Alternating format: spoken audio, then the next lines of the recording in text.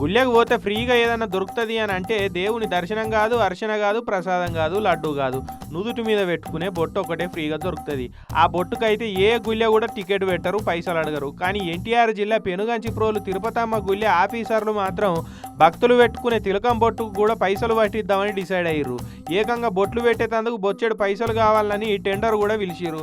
ఎవరైతే గుడికి లక్ష కడతారో వాళ్ళు విచ్చలవిడిగా బొట్లు పెట్టుకొని వచ్చిన భక్తుల తాన ఎంతైనా వసూలు చేసుకోరని బంపర్ ఆఫర్ ఇచ్చిరు.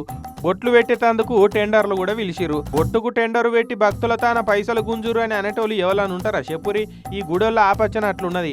ఉండిల పైసలు గుళ్ళ శాఖోళ్ళు ఇచ్చేది సాల్తలేవో ఏందో మరి ఈ తీర్ల బొట్లకు పైసలు వసూలు చేద్దామని డిసైడ్ అయినట్టున్నారు.